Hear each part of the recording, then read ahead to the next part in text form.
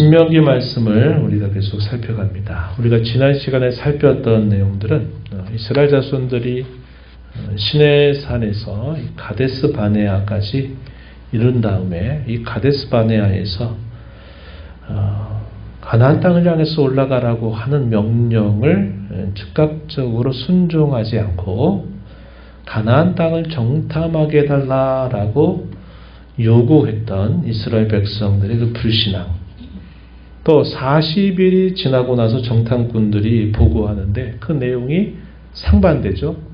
누구는 가능하다, 그러나 누구는 거기는 불가능하다라고 하는 이 상반된 보고를 듣고 결국은 불순종의 길을 택했던 이스라엘 백성들의 모습을 우리가 살펴보았습니다.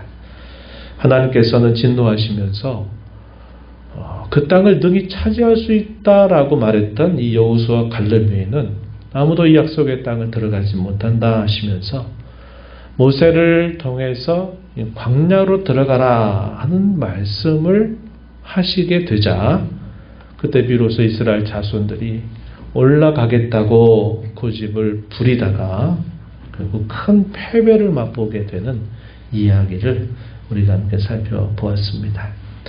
이제 오늘 우리가 살피게 되는 내용들은 이스라엘 백성들의 이 40년 광야 생활, 조금 더 정확하게 말하면 38년 동안의 이 광야 생활을 마치게 된 경위, 그리고 그것을 마치면서 다시 하나님이 약속의 땅을 향해서 올라가라 하시는 그런 말씀을 주시기까지 어떤 일이 있었는가를 우리가 오늘 살펴보게 됩니다. 특별히 이제 그런 과정에서 당시 이스라엘 자손들이 이 가나안 땅을 향해서 들어가는 과정에서 있었던 주변 나라들에 대해서 그들과 다투지 말아라, 싸우지 말아라, 괴롭히지 말라라는 말씀을 우리가 좀 살펴보려고 합니다. 오늘도 성령 하나님께서 저와 여러분에게 주시는 교훈을 우리의 마음의 귀를 열고 함께 잘 듣고 또 은혜를 나누는 시간이 되기를 바랍니다. 오늘 우리가 읽는 내용은 역시 길게 모세가 모압 평지에 있는 이스라엘 자손들에게 한 첫 번째 설교 안에 있는 내용들입니다. 그 설교의 내용은 과거를 회상하는 내용들로 시작이 돼서 계속 과거에 어떤 일이 있었느냐 하는 내용들을 살펴가고 있음을 봅니다. 오늘 우리가 읽은 이 말씀의 내용에서 이스라엘 자손들이 이 가데스 바네아에서 결국 불신과 불순종으로 말미암아 광야에서 보냈던 시간들이 얼마나 시간들이 보냈나는 내용들이 이제 소개가 되고, 그리고 이제 그 세월들을 보내고 난 다음에 하나님께서 모세를 통해서 그 백성들로 하여금 북진하라, 북으로 올라가라는 그런 명령을 내리시면서 주변에 있는 나라들과 다투거나 싸우지 말라라고 하는 말씀을 주고 계십니다. 내용들을 한번 살펴보시죠. 본문 1절 말씀을 가서 보면은 이렇게 말씀하셨습니다. 여러 날 동안, 이런 표현을 했죠. 홍해 길로 광야에 들어가서 여러 날 동안 세일산을 두루 다녔다, 이렇게 말합니다. 이스라엘 자손들이 광야 여정을 지냈던 것을 이렇게 짤막하게 요약을 해주고 있습니다. 여러 날 했는데 실제로 어느 정도의 시간이 흘렀느냐, 38년이라고 하는 긴 시간이 흘렀다는 것입니다. 3절에서도 보면요, 이렇게 말했죠. 너희가 이 산을 두루 다닌 지 오래되었다 라고 말씀하십니다. 이것이 이 38년 세월이 지난 것입니다. 14절 말씀으로 가서 보면 조금 더 정확하게 구체적으로 설명을 해주는 말씀이 소개되는데요. 14절에 보면 가데스 바네아에서 떠나 세렛 시내를 건너기까지 38년 동안이다. 가데스 바네아에서 세렛 시내를 건너기까지 걸렸던 시간 38년이다. 이렇게 분명하게 소개를 해주고 있습니다. 당시에 이 세일산, 여기가 어디에 해당이 되느냐 했을 때 이 세일산의 경우는 사해바다 많이 들어보셨죠? 사해바다와 이스라엘 자손들이 건넜던 이 홍해 사이에 이렇게 위치하고 있었던 이 저지대의 서쪽 산지를 가리켜서 이 세일산이다 이렇게 부릅니다. 이 세일산까지 해서 참 오랜 시간을 그들이 보낸 것이죠. 우리가 읽었던 14절의 내용에서 좀 더 구체적으로 확인한 것처럼 가데스 바네아에서 세렛 시내를 지나기까지 38년이 걸렸다 할 때 이 세렛 시내는 어디냐면 이 당시에 모압과 암몬의 경계선을 이루고 있는 시내입니다. 이걸 세렛 시내라고 불러요. 세렛 시내까지 이르게 될 때까지 38년의 시간이 지났다. 거리상으로는 결코 먼 거리가 아니었습니다. 그런데 문제는 그 가데스 바네아에서 이 세렛 시내까지 오는데 불과 짧은 시간이면 가게 될 그 거리가 시간적으로는 무려 38년이라고 하는 시간이 지났다. 이렇게 말해줍니다. 결국 그 이유는 우리가 계속 살펴온 것처럼 그들이 불신앙과 불순종으로 하나님 앞에 반역하는 그 일로 인해서 하나님께서 그들을 계속 광야에서 계속 돌리고 돌리시면서 그들을 연단하고 훈련하셨던 시간이 38년 시간이었다는 겁니다. 안타깝게도 이미 결과적으로 그렇게 주어졌지만 다시 만약에 그들이 처음에 가데스 바네아에 있을 때 올라가라는 명령을 주저함없이 그들이 믿고 순종했더라면 이렇게 긴 시간이 필요 없을 수도 있는 거죠.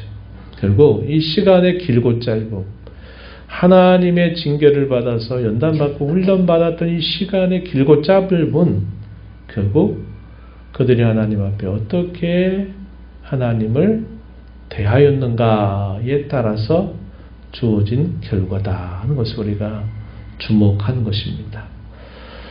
우리가 신앙의 여정을 출발해서 걸어가는 과정에서도 분명히 이런 단계적인 훈련들이 분명히 우리에게 있었어요.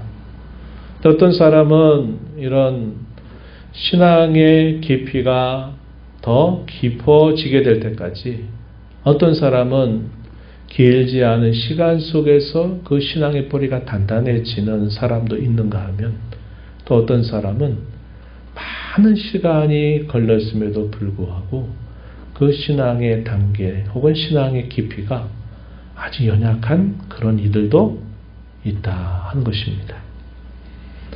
그리고 그것이 어떤 차이를, 무엇이 그런 차이를 만들어낼까 했을 때 바로 하나님을 향한 우리의 신앙, 또 그 신앙의 진정성, 이런 것들이 중요한 변수가 된다 하는 것을 우리는 배우게 되는 것입니다. 물론 이런 경우들이 있죠. 우리가 지나서 보면 우리의 삶이 평탄하고 별일이 없을 때 우리가 뭔가 신앙에 대해서 배우고 깨닫는 것보다는 사실 고난이나 역경이나 이런 시련의 과정을 통해서 더 많이 깨닫고 더 많이 훈련받고 신앙이 깊어지는 일들이 대개는 많습니다. 그러나 이런 과정을 꼭 겪어야만 신앙이 깊어지는 것만은 아니다 하는 거죠. 고난이나 징계나 역경이라고 하는 것이 욥처럼 하나님의 더 다른 목적을 위해서 이렇게 하나님이 허락하실 경우들이 있긴 하지만, 대부분의 경우에 있어서는 우리를 뭔가 깨우치고 우리를 낮추고 우리를 겸손하게 하고 우리를 더 하나님 앞에 가까이 다가서게 하시려고 이런 과정을 이끌어 가시는 경우들이 대부분이 됩니다. 저 뭐 때문에 그럴까요? 그들의 마음이 옥토밭과 같이 부드러운 마음, 또 온유한 마음, 하나님의 말씀이 그들의 심령 속에 잘 뿌리내리도록 그들의 마음을 갈아엎는 시간이 결국 때로는 징계로, 때로는 연단과 훈련이라고 하는 과정을 통해서 하나님이 그렇게 만드시는 겁니다. 그래서 우리가 그런 고난이나 역경이나 시련을 겪지 않아도 우리의 마음밭이 마치 옥토와 같이 좋은 마음밭을 가지고 있으면 그 말씀을 우리가 잘 마음에 새기고 또 잘 받아들이고 그 말씀에 따른 또 올바른 순종을 우리가 잘 그것을 할 줄 알게 된다면 이 고난이나 시련이라고 하는 걸 겪지 않아도 그의 신앙은 깊이 뿌리를 내리면서 자라갈 수 있다 하는 겁니다. 우리 살아가는 인생도 마찬가지죠. 그죠? 인생 가운데 큰 어려움 없이, 어려움이 전혀 없는 건 아니겠지만, 인생의 아주 큰 풍파와 같은 일들을 만나지 않고 자라면서도 그 사람의 성품이나 그 사람의 됨됨이가 잘 만들어지는 사람이 분명히 있습니다. 또 어떤 사람은 인생의 시련이나 풍파라고 하는 과정, 어려움을 통해서 또 빚어져가는 경우들도 또 많이 있어요. 물론 그 반대 경우도 있습니다. 어려움과 풍파 때문에 사람이 망가질 대로 망가져가지고 자기 인생을 그야말로 허투루 살아가는 사람 또한 굉장히 많기도 한 겁니다. 그래서 우리가 이 내용들을 생각해 보면서 우리가 하나님 앞에 저와 여러분의 마음이 언제나 겸손하고 온유하고 부드러운 마음이 되는 것이 얼마나 중요한가 하는 것을 우리는 다시 한번 생각하게 되는 겁니다. 주일날에 살핀 것처럼 산상수훈의 시작, 세상 나라 가운데 임한 하나님의 나라의 가르침을 전파하시면서 가장 먼저 하신 말씀이 심령의 가난함으로부터 참된 복이 시작된다는 사실을 가르쳐 주고 있는 것처럼 우리의 마음이 늘 죄로 인해서 굳어지지 않고 우리의 고집이나 우리의 생각으로 우리의 마음이 고집부리거나 우리 하고 싶은 대로 하는 삶을 내려놓고 주께서 우리에게 하시는 것을 받아들이고 그것을 우리 마음에 잘 새기면서 우리가 그 말씀을 붙들고 살아간다면 우리가 빠른 시간 속에서 신앙이 더 단단해지고 이 신앙을 통해서 하나님을 영화롭게 하고 기쁘시게 할 수 있다 하는 겁니다. 그것은 결국 우리에게 달려있는 문제다 하는 것을 우리가 생각하게 되는 겁니다. 그리고 이렇게 38년이 지나고 난 다음에 하나님의 명령이 떨어지기를 이제는 북으로 해라, 북진해라, 북으로 나아갈 것을 하나님이 결국 말씀하시게 됩니다. 이제 광야 여정이 끝났다 이 말이죠. 이제는 이제 약속을 땅을 향해서 나가라고 하는 명령이 떨어지게 된 것입니다. 그러면서도 분명한 말씀을 하나님께서 모세를 통해 그 백성들에게 들려주시는데 그 내용은 뭐냐면 주변에 있는 나라들과 더불어 다투거나 싸우지 말아라 하시는 말씀을 그들에게 주고 계시다는 사실입니다. 4절부터 25절까지 쭉 주어지는 말씀의 내용이 그런 내용들이에요. 그래서 그 내용들을 우리가 좀 짚어보도록 하겠습니다. 먼저 그 나라 가운데 첫 번째 소개하고 있는 족속이 에돔 족속이었습니다. 에돔 족속. 에돔 족속의 시작으로 올라가면 누가 그 조상이죠? 에서죠. 에서. 야곱의 형이었던 에서의 별명이 붉어서 에돔이다 이렇게 불렀고 이들을 통해서 난 후손들이 에돔 족속 혹은 에돔 나라를 이루게 됩니다. 세일 땅을 그들의 근거지로 삼고 살았어요. 근데 그것이 하나님께서 이 에서에게 약속하셨던 땅이었습니다. 근데 그 세일 땅에 차지했던 여러 역사들, 그런 것들을 오늘 우리가 읽은 본문 여기 보면 가로 안에 처리를 했어요. 가로 안에. 그래서 가로 안에 처리한 내용들이 여러 구절들이 있었죠. 우리가 읽은 말씀 속에 삽입되어서 그 땅의 어떠한 역사가 있었고 하나님이 어떻게 하셨는가에 대한 간략한 설명들을 가로 안에다가 이렇게 넣어서 설명을 해주고 있습니다. 그래서 이스라엘 나라하고는 먼 족속이 아니라 사실상은 가까운 형제 국가에 해당되는 곳이죠. 뭐라고 말씀하시냐? 4절, 5절 말씀을 보니까 너는 스스로 깊이 삼가고 그들과 다투지 말아라. 이런 말씀을 그들에게 주셨습니다. 그 이유는 뭐냐?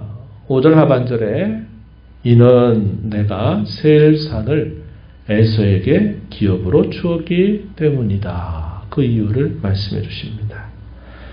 옛적에 하나님이 에서에게 약속하셨던 그 땅이기 때문에 그 땅에 사는 사람들과 접촉할 때 그들과 다투거나 그들과 싸우는 일을 해서는 안 된다. 만약에 그들에게 물을 구하게 되거나 그들에게 먹을 음식을 구하게 되면 그에 합당한 값을 지불해서 절대로 그들과 다투거나 싸워서는 안 된다. 이렇게 말씀하고 있습니다.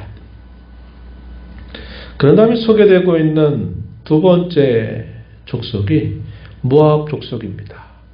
모압의 근원을 쫓아가면 누구죠? 누구의 자손입니까?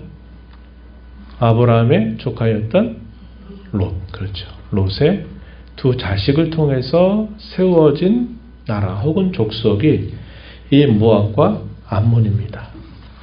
모압과 이 암몬을 이 지역을 이렇게 빗대어 통과하게 될 때에도 이 모압 사람들과 더불어 싸우거나 혹은 그들을 괴롭혀서는 안 된다라는 말씀을 덧붙여 주십니다. 9절 앞부분에 소개되고 있습니다. 그래서 9절에도 보면 하나님께서 두 번째로 이들과도 싸우지 말거나 말 것이다 하는 말씀 분명히 하세요. 그 이유는 역시 같습니다. 하나님께서 일찍이 그들의 조상이었던 롯에게 하나님이 기업으로 주셨기 때문이다 라고 그 이유를 설명합니다. 9절 하반절에 보면 아르라고 하는 땅을 그들에게 기업으로 주셨다 이렇게 말합니다. 이 아르는 쉽게 우리가 이해하고자 한다면 모압 나라의 중심지에 해당되는 곳입니다. 그곳을 그들에게 하나님이 주시겠다고 약속하신 땅이니까 그곳에 사는 사람들과 더불어 다투거나 그들을 괴롭혀서는 안 된다. 이런 말씀을 주셨습니다. 마지막에 등장하는 족속이 또 하나 있습니다. 역시 롯의 또 다른 자식이죠. 암몬입니다. 암몬 족속의 땅을 지날 때도 역시 동일한 말씀을 이스라엘 자손들에게 들려주셨어요. 그들을 괴롭히지 말고 그들과 다투지 말아라 이렇게 말씀하셨습니다. 19절 말씀 그렇게 소개되고 있는데 그 이유는 역시 동일합니다. 19절 하반절에 보니까 내가 롯 자손에게 기업으로 주었기 때문이다 이렇게 말씀을 하셔요. 이렇게 하나님이 약속하셔서 그들이 그 땅을 차지하지만 사실 이스라엘 백성들과 이들의 관계는 좋은 관계가 아니었습니다. 우리가 안 바와 같이 역사 속에서 오랜 숙적 관계를 이루고 있는 거죠. 가까운 형제인데 더 이스라엘 백성들에 대하여서 완악한 일을 많이 행했던 이 족속들이 바로 이런 족속들이었어요. 그래서 이전 이스라엘 백성들에게 있어서는 대적나라 해당되는 그런 족속들이 된 것입니다. 그럼에도 불구하고 하나님께서는 이스라엘 자손들에 대하여 이 대적의 태도를 갖는 이들에게 있어서도 하나님이 그들에게 약속하신 일에 있어서는 그 약속을 반드시 지키고 계시다 하는 사실을 보여줍니다. 우리가 이것을 통해서 발견하게 되는 것은 하나님께서는 약속을 지키는 것을 얼마나 중요하게 여기시는가 하는 것을 이걸 통해서 확인하게 됩니다. 이스라엘 민족에게는 별로 도움이 되지 않고 오히려 해가 되는 그런 민족일지라도 하나님이 그들의 조상에게 주신 그 약속은 하나님이 여전히 지키시도록 그 백성들에게 먼저 다짐을 주시는 거죠. 너희는 그들과 다투거나 싸워서는 안 된다. 이렇게 말씀을 하시는 것입니다. 이런 말씀을 하시는 하나님은 이스라엘이 어떤 무리신가를 소개해 주는데 우리가 읽은 본문 7절에서 보면 이렇게 말씀합니다. 이런 명령을 이스라엘에게 주시는 하나님은 지난 40년 세월 동안 이스라엘과 함께 하셨다. 그들이 광야 40여 년 세월을 보내는 동안 부족함이 없도록 그들의 필요를 채워주신 분이다라는 사실을 분명히 말씀해 주시죠. 본문 7절 한번 가서 보세요. 하나님이 어떻게 하셨는가 한번 보십시오. 내 하나님 여호와께서 내가 하는 모든 일에 내게 복을 주시고 내가 이 큰 광야에 두루 다님을 알고 내 하나님 여호와께서 이 40년 동안을 너와 함께 하셨으므로 내게 부족함이 없었느니라 이렇게 말씀하고 있습니다.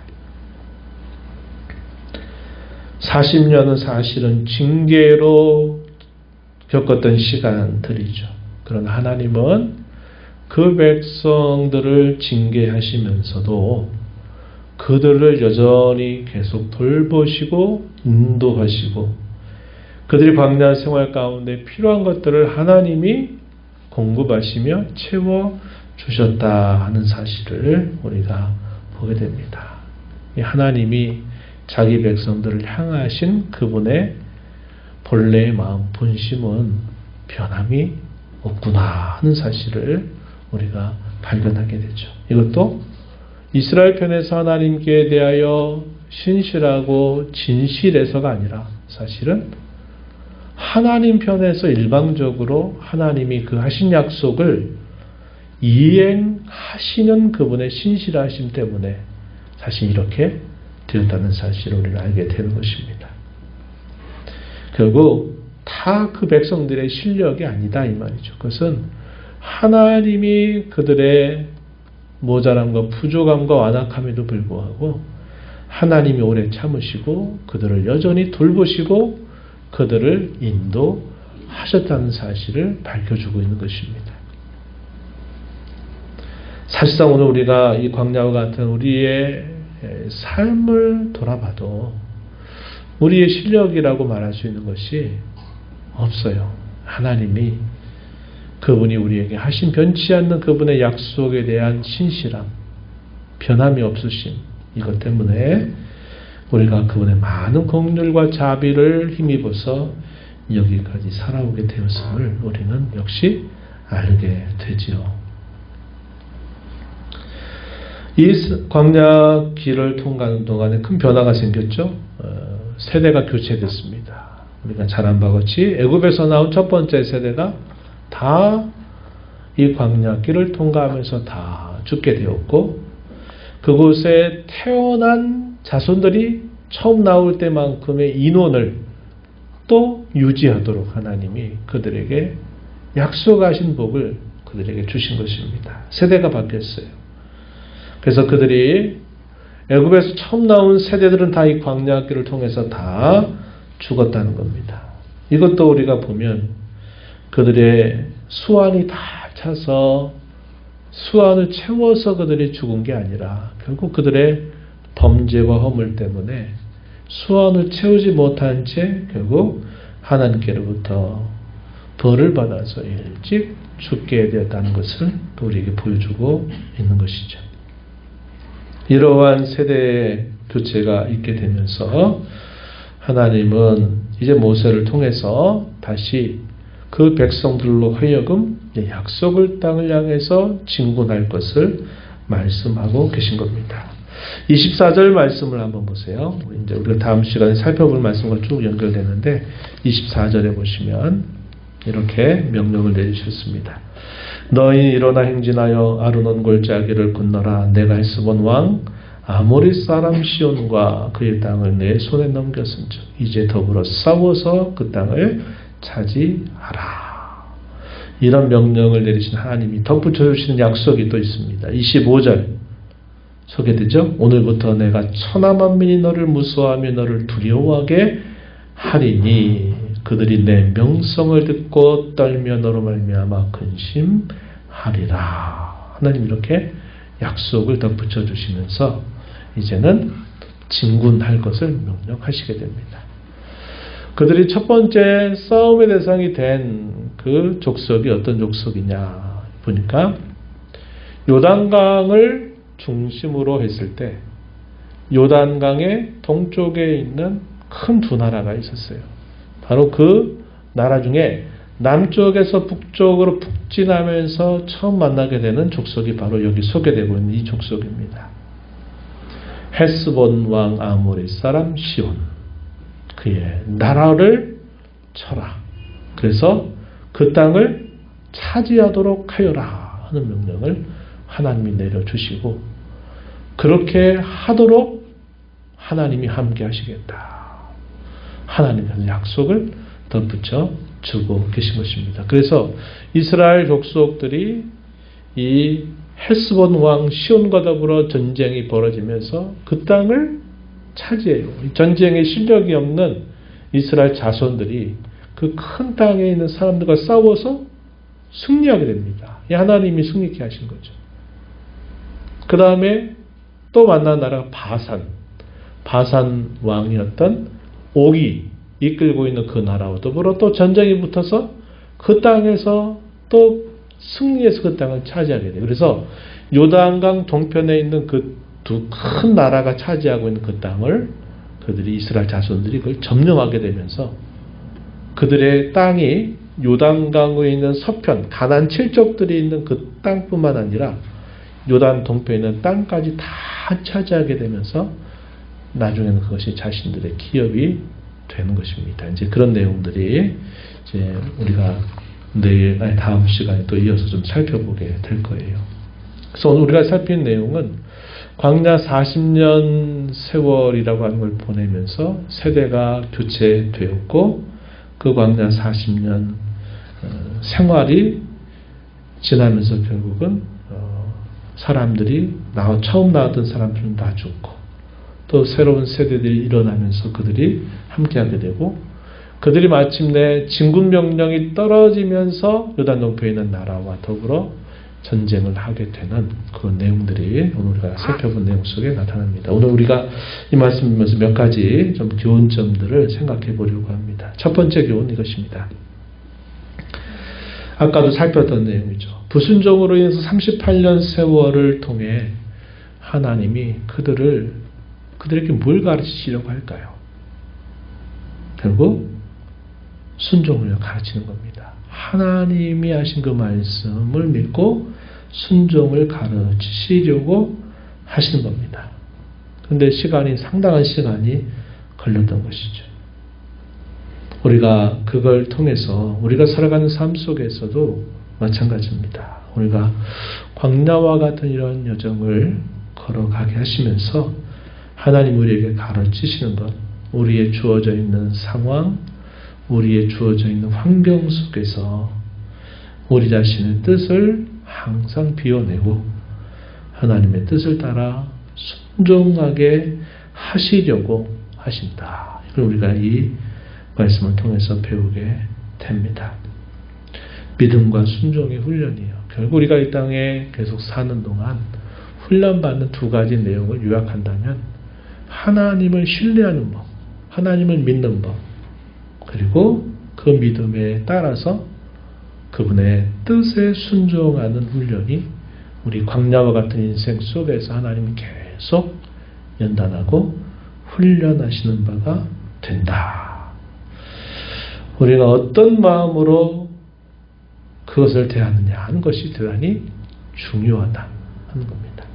그래서 저와 여러분의 마음이 아까도 말씀드렸듯이 겸손하고 온유하고 부드러운 마음을 늘 갖도록 우리의 마음을 잘 단속하는 것이 중요하고 늘 이런 면에서 우리가 하나님 앞에 늘 기도하고 그분의 은혜를 구하는 자가 되어야 한다는 겁니다.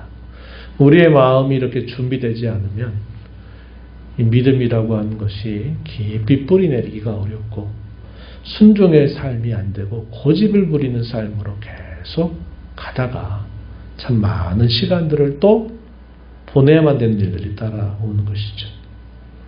순종은요, 우리가 머리로 하는 것도 아직은 순종 아니고, 우리 입술로 고백한 것도 아직 순종이 아닙니다.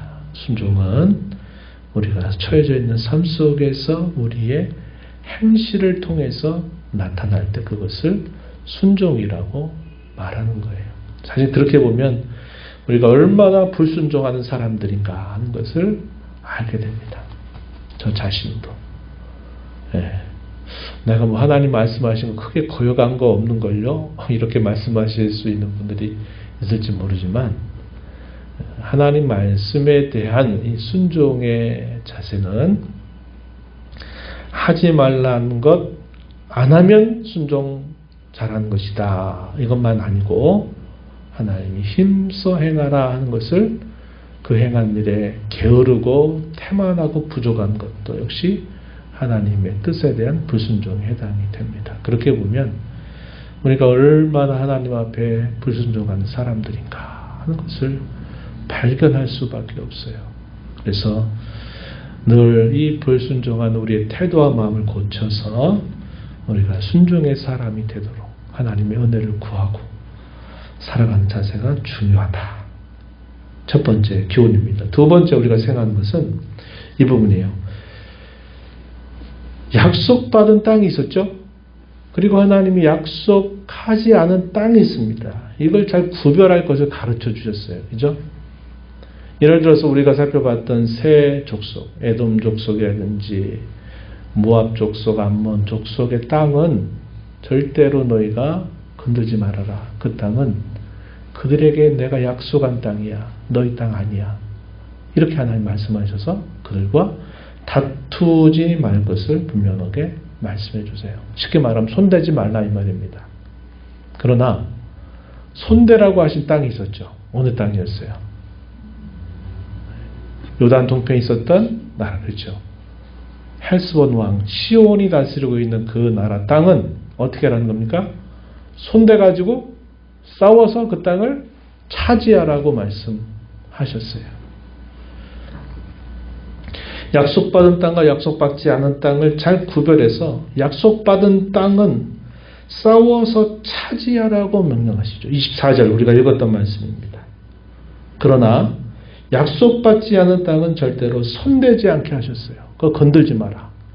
절대로 건들면 안 된다. 하나님 말씀하십니다. 5절에서 우리가 확인했던 거죠. 또 어떤 게 있어요? 또 다른 면이 뭐냐면 싸워야 할 대상을 하나님이 정해주시고 싸우지 말아야 할 대상을 하나님이 정해주셨어요. 그렇죠? 싸우지 말라고 한 땅은 족속이 어떤 족속입니까? 금방 발표하던 이 세 족속과 싸우지 말라고 그랬어요. 그러나 싸울 족속이 어디였습니까? 역시 헬스본 왕 시온이 다스리는 그들과는 싸우라고 명령하셨죠. 싸워야 할 대상과 싸우지 말아야 할 대상을 하나님이 엄격하게 구별하셨다는 겁니다. 우리가 살아가는 삶도 마찬가지입니다. 우리가 살아가는 삶도 마찬가지예요. 하나님이 이건 내가 너에게 줄 테니까 이 땅은 싸워서 차지해라 하시는 영역이 있고 그 땅이 있고 이거 건들지 말라고 하시는 부분이 또 있는 겁니다. 근데 잘 구별하지 못하면 싸우지 말라고 하는 족속, 약속하지 않은 족속들과 더불어 계속 싸워가지고 엉뚱한 짓 하고 싸워서 그걸 차지하라고 하는 곳에는 거기에는 또 힘을 안 쓰고 이렇게 되는 신앙생활을 할 수 있다는 겁니다. 성도와 성도들이 다투고 싸우는 것은 하나님이 하라고 하신 거예요? 하지 말라고 하신 거예요? 하지 말라고 하신 거죠. 남의 것을 내가 욕심부리고 탐심을 갖는 거 하나님 하라 그랬어요? 하지 말라고 그랬어요? 하지 말라고 그랬어요. 그럼 이 세상에서 우리가 자랑을 얻고 이 세상에서 영예를 얻고 이 세상에서 많은 것들을 얻고 한 것들에 대해서 성경은 뭐라고 말합니까? 너희가 그거 차지하려고 하지 마라 이렇게 얘기했어요. 이 세상을 사랑하면 사랑하는 것만큼 하나님을 향한 사랑은 없어진다. 이렇게 요한일서 2장 5절 15절 이하에서 그렇게 말하죠. 이 세상을 두고 욕심부려서 싸워서 이 세상 것 다 내가 얻어라. 하나님 이거에 대해서는 금하신 거예요. 이스라엘 백성들의 광야 생활은 부족함이 없는 생활이라 그랬죠. 근데 그 부족함이 없다는 게 만족할 만큼 해주신 게 결코 아닙니다. 그들의 삶에 필요한 것들을 하나님이 앞서 행하시면서 공급해 주셔가지고 그들이 먹고 살고 있고 하는 문제를 하나님이 책임져 주셨다는 면에서 부족함이 없는 거지. 이 부족함이 없다라고 하는 말이 마치 너 하고 싶은 거 다 해. 너 만족할 만큼 다 해. 하나님이 이거 허용하지 않으시는 겁니다. 않으세요? 우리의 기업과 우리의 부하는 이 땅에서 얻는 것이 아니에요. 그래서 이 땅에서는 필요한 만큼 하나님이 우리에게 필요를 채워주시는 것만큼 하나님 부족함 없도록 우리에게 해주실 것입니다. 우리에게 뭘 취하라고 하는 겁니까? 하나님의 나라에 속한 것들을 취하라는 거예요. 하늘의 참 기업을 차지하라는 거예요. 오늘 우리가 새벽 시간을 읽었는데 마태복음 11장 12절에 이런 말씀 예수님이 하셨어요. 세례 요한의 때부터 지금까지 천국은 침노를 당한 아닌 침노하는 자는 빼앗느니라. 이렇게 말씀을 하셨습니다. 하나님의 나라가 강력하게 전진하고 있다는 겁니다. 그 나라를 강한 자가 결국 소유하게 될 것이다 라는 이 말씀을 하셨는데 우리가 힘써야 될 것은 바로 그의 나라를 얻는 것이고 그의 나라를 차지하는 쪽에는 우리가 임서 영적으로 분투해서 힘을 내서 그 땅을 더 차지하는 자세를 가져야 되지만 다른 사람들과 싸울 필요 없는 것들 싸우고 다른 것들 소유하지 말라고 너에게 허락한 땅이 아니야 라고 했는데 그 땅을 얻으려고 계속 엉뚱한 일에 힘을 다 소진하고 써버리면 안 된다 이 말입니다. 그래서 우리가 성도로 살면서 우리에게 하나님이 차지하라고 하신 것과 그 건들지 말라고 하신 것을 잘 구별해야 되고 우리에게 싸우라고 하신 것과 싸우지 말라고 하신 것을 잘 구별해서 우리가 이 광야와 같은 이 여정을 걸어가는 자세를 배워야 된다 하는 것이고 하나님이 분명한 약속은 주일날도 우리가 살펴봤지만 무엇을 먹을까 무엇을 마실까 무엇을 입을까 염려하지 말아라. 이것들은 다 이방인들이 구하는 거다. 너희는 그의 나라와 그의 의를 구해라. 그러면 이 모든 것을 너희에게 더해 주실 것이다 라고 우리 예수님 말씀하신 바와 같이 우리가 이 땅에서 잘 먹고 잘 살고 모든 복을 누릴 자처럼 욕심부리고 살지 말고 우리의 부족함을 채워주신 그 하나님의 약속을 굳게 붙들고 우리는 영원한 하나님의 나라가 이루어지게 될 때까지 우리의 신분을 옮겨주신 그 하나님의 나라에 사는 하나님의 자녀답게 큰 나라에 우리 모든 가치를 쏟아붓는 삶을 살아가는 저와 여러분이 되자 하는 것입니다. 이런 그 마음에 새기면서 서로 돕고 협력해서 신앙의 걸음 잘 걸어가고 순종의 사람이 되는 저와 여러분이 되기를 바랍니다. 하나님 아버지 감사합니다. 오늘도 저희들에게 주의 말씀을 통하여서 이스라엘 백성들의 40여 년의 광야 생활을 살펴보고 광야 생활을 마칠 즈음에 그들로 하여금 진군하라고 명령을 내리시면서 약속의 땅을 차지하게 해주시겠다고 하시는 말씀을 살펴보았습니다. 그들로 하여금 차지해야 할 땅과 차지하지 말아야 될 땅, 싸워야 할 땅과 싸우지 말아야 할 족속과 싸우지 말아야 할 족속을 분명하게 구별해서 그렇게 힘써 믿고 순종할 것을 그들에게 독려하신 것처럼 오늘 저희들도 이 땅에 사는 동안 저희가 영적인 전투로 힘써 수행해야 될 일과 하지 말아야 할 일들을 잘 구별할 뿐만 아니라 우리가 욕심부리고 우리가 차지하려고 애를 쓰든지 또 그렇지 말아야 되는지 잘 구별해서 하나님을 올바르고 진실하게 잘 섬겨가게 해 주시옵소서. 예수님 이름으로 기도하옵나이다. 아멘.